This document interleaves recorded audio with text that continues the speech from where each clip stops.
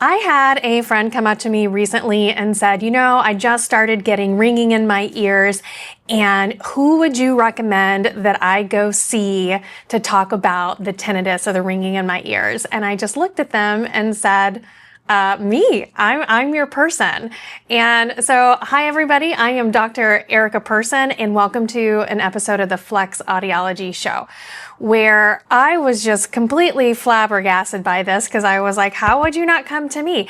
But if you do a basic Google search or a ChatGPT search, the internet is going to tell you to find an otolaryngologist or an ENT, somebody that specializes in ear diseases. And that makes sense, right? Ear doctor, ear problem, they kind of go hand in hand. But I'm going to tell you that tinnitus in a vacuum, that is not going to be your best starting point, okay? Most cases, the best person is to find an audiologist who specializes in tinnitus. And if you're my friend and you're watching this, that person is me. I'm your person. And so really, this is not professional bias at all.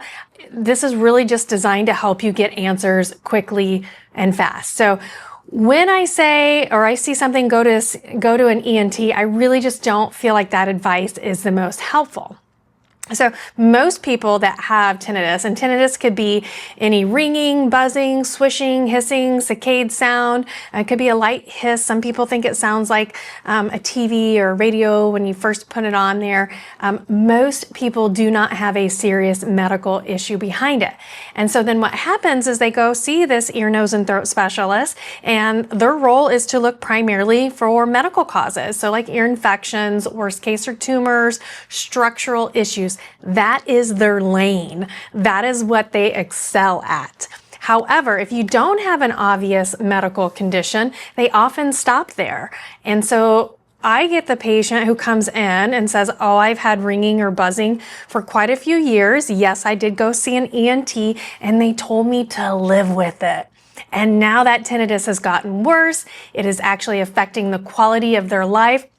And they have just spent the last 5 to 10 years thinking that they just had to deal with it. And that can, as you can imagine, that can create a lot of social anxiety, a lot of depression.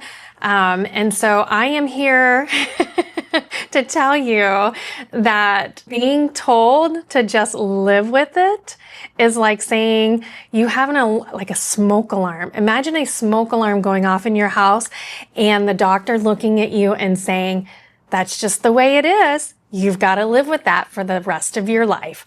Wow. And it's not that ear, nose, and throat doctors or otolaryngologists or otologists and otologists, they're not bad physicians. It's just they're really not trained specifically in that area. Like I said, they are trained to rule out medical issues.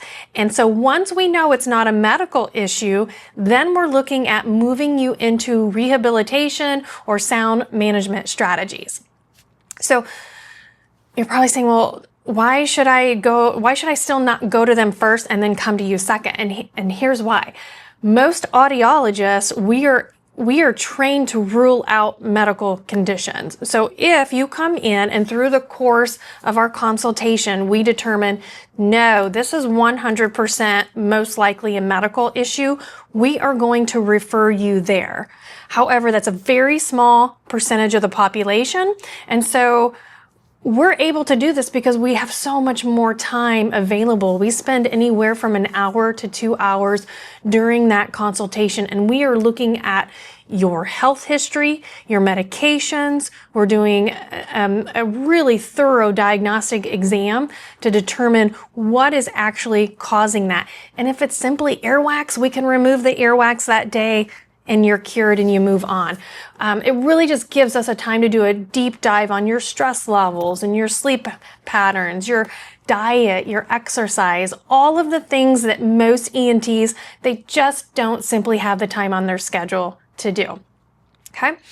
And like I said, if we look in there and we see middle ear fluid, or we see bone damage, or we look through your history and we determine it's a type of medication or a treatment that you're on for other medications, we are more than happy to triage you back to your particular physician and get that taken care of. So we're not here to replace the ENT in any way, shape, or form. It's really just designed to make the process more streamlined for you and to be able to start treatment faster. Plus, it saves you a lot of money not having to go in and see a specialty care doctor like that.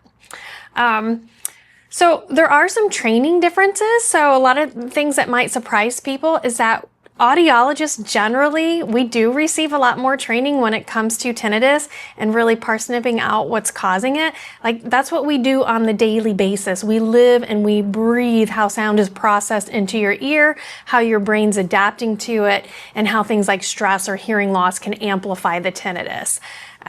Most physicians get very, very minimal education in tinnitus, and I can tell you it's right up there as one of their top 3 complaints that they get from their patients. And most of the time, ENTs, they're focused on surgical and medical causes and not long-term management of those patients. So if you're told there's nothing that you can do, it's really just code for it's nothing that I can do to help you. And I think that's really good advice for just about any areas in your life and any healthcare. And that distinction really matters. So when you hear there's nothing you can do, it's code for there's nothing I can do to help you. Okay? So what can we do? We've talked about it already a little bit, but if we have ruled out medical issues, we want to start looking at management strategies. So this could be sound therapy, it could be tinnitus retraining therapy, cognitive behavioral support. And there's always different treatments that are coming out that we'll vet. Specifically, we tend to focus on the ones that have been FDA approved already. And most of the time, our goal at that point is not to cure the tinnitus, it's to help you habituate to it so that your brain does not perceive the sound and flags it as not important. And there's quite a few tools that we can use to get you there. So that is my number 1 takeaway here. Audiologists are your best starting point if you happen to have ringing or buzzing in your ears. And then the last point is that, yes, you can be helped. Yes, there are things that we can do, and listen for that phrase in your life. If they say there's nothing more we can do, it only means there's nothing more that I can do to help you. So hope you guys have enjoyed this content. If you do, please hit that subscribe button. It really helps us grow our channel. Thanks.